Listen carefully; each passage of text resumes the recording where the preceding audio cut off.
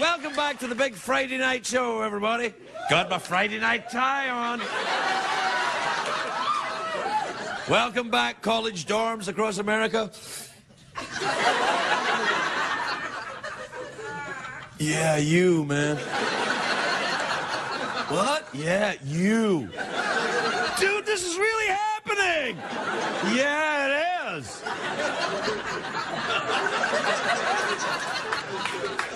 My first guest tonight is a very beautiful and talented actress. She's a huge movie star. She's starring in the new film Untraceable, which is in theatres now. Take a look at this.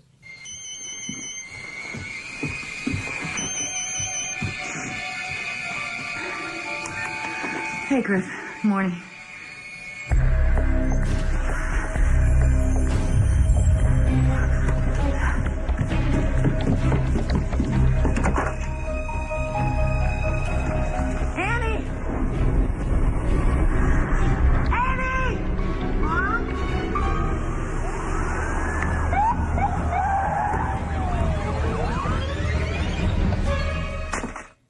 Holy crackers. You can't stop it there. What happens?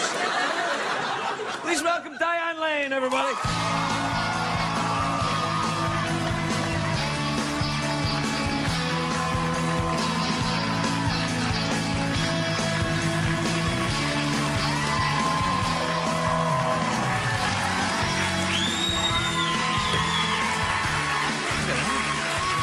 Welcome. Thank you. Thank you for having me.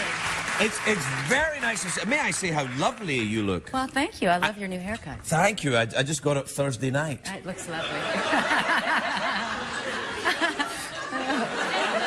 Hey, can I just say how fantastic your shoes are? I don't normally talk about people's shoes, but these are sensational. My goodness, they're so simple. I appreciate your Really? They're appreciation simple? of them. No, they catch the eye. Thank you. Are you a big shoes fan? I'm guilty of having more shoes than I wear. Really? You know, I've never met a woman in my life who doesn't love shoes. It's true. It's a strange... What is that? Why? It must be a hormonal thing, I suppose. I don't... Do you know what I thought it was?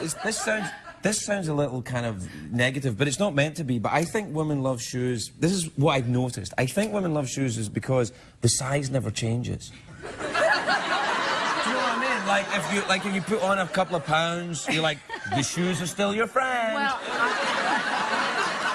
yes, well, I beg to differ. I mean, honestly, it's funny. When you have a child, your feet grow. Well, there is that, yeah. And my 14-year-old is now very upset that I didn't save all the shoes that I gave away.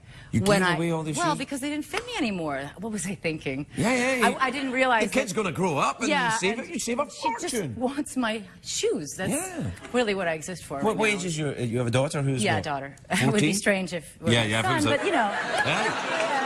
I was in San Francisco last weekend, and let me tell you. Well, it's all about my shoes, you know, just to look at. Just to look at? Well, because I hardly... When I'm on your show, I get to wear them, but do you know, at you home, come on, right? I mean, you know.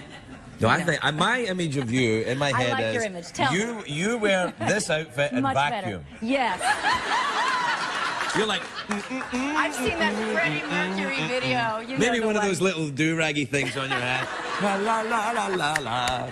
Well, my husband's birthday's coming up. You've given me a nice idea. That's it. That's your husband's birthday present right there. That'd be great. Now, listen, tell me about the movie. What's the movie about? Well, it's a thriller, and it's interesting because I think it was written for a man originally. Really? Well, I mean, they just made John Jennifer, which was great. As a thriller, I was delighted because this genre tends to have women as victims or the perpetrator is always, you know, Pauline tied to the tracks ever since the silent era of films and all this. The Perils of Pauline, wasn't it? That's right, yeah. You must pay the rent, Pauline! That's it. You've seen that movie, too. A million times. There you go. Yeah. So, there was no sexism, there was no misogyny, it was just, you know, a crime, drama, thriller, and I thought it was very smart. What's the story, then? You're being followed by a guy with a tiny camera?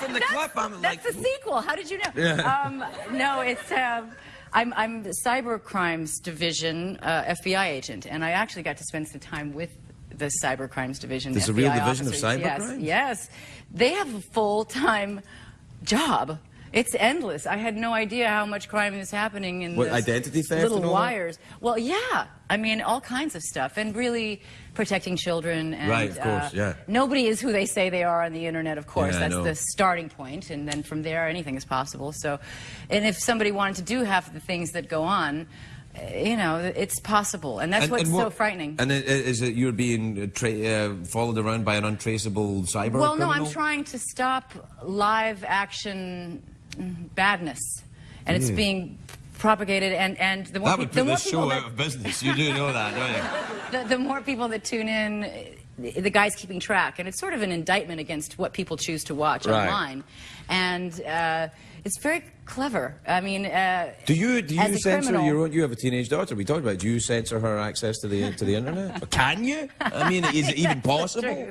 The truth is, I mean, we all have to instill a little what I call Jiminy Cricket inside of everybody, and really, I think you know who you are when you're alone with a computer for as long as these kids are, or a lot of people. Where do you go when you feel like A, you're anonymous, B, nobody cares or is watching, and your appetites and proclivities are just sort of, you know, the you whole come on world this show is there quite available. clearly. No, but I think that's true. It is a completely unrestrained entitlement. Your appetite. That's the generation too that I'm dealing with. Right. This is my private universe, Mom, and I don't want you to have the password. And I got a Facebook account, and she was so angry with me, like it was just her domain, and I had no right to have an account. No, that is weird though. I don't know. I don't think that my son's 6.5, so his access to the computer. You've got about 10 minutes. Yeah, I know. Well, the thing is, I also, feel okay physically tackling him when he reaches for the computer. So, like, when he's like, no! And I'll do that I until... just saw that. Yeah, until he's 40, I'm going to do that. And he's like, no! Get away, Dad! For goodness sake, Dad, I have kids of my own. Get away from that computer! I like that. But I'm terrified that people have access to my child that I can't monitor. There's I suppose that's what that is. There's that element, and I mean, it is kind of a litmus test, and we're just tour guides, parents, aren't we? I mean, really, what you were intending to do is to get people to a point where they have their own boundaries and they value them. So. And instill that in them. Well, now listen. Tell me about your. Did you live here? Do you live in Los Angeles? You from here? If you can call it living. No, I'm really? kidding. No, the big joke when you're from New York is there's no life after death. There's only L.A. But I mean, I love L.A. I've completely 180 degrees changed. I'm. Really? Do you surf? I've raised my children in the rearview mirror. Yeah. Do you? Are you into the Kabbalah and all that stuff? You do all that? Ooh. That's a big word. No, I'm kidding. No, I don't. Really?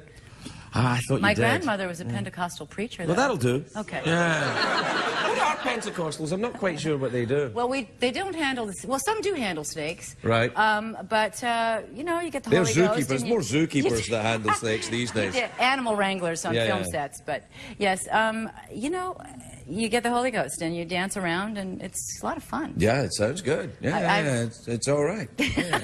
Have you been very religious in your daughter's upbringing? No. So how do you handle that? I let her. Well, I think that it's important to become familiar with all different creeds and cultures and faiths and. I had a weird one with my son the other day. Oh, we were talking about Alcatraz, and he said, I said all the bad people went there, and he said, did Hitler go there? And I said, no, Hitler didn't go there. He said, where's Hitler? I said, he's dead. And then he said, is Hitler in heaven? And I said, no. And then he said, well, where is he? And I went, I don't know. You didn't want to send him there. I don't know what to do, and I find myself in this horrible position of not knowing what to do. It's like the monologue. But you're at that great age. Why is the sky blue? Well, I mean, all kinds of great questions come your way when they're 6.5, and by 14. You don't know anything. Yeah, I know. And it's just better that way, really. Yeah, you're right. I'll look forward to it. I'm sort of tolerated. It's all good. Hey, anyway, well, listen, thanks for coming on. I appreciate it so much. I'm such a fan of your show. Well, I'm such a fan of my husband, you. Josh Brolin, wants to send you his best. He had a great time on the show. Josh was lovely when he was here, and I think he'll thank me when you dress up in that little outfit. He will. So we thank you in advance. So congratulations to you, Josh. Congratulations, Diane. We'll be right back, everybody.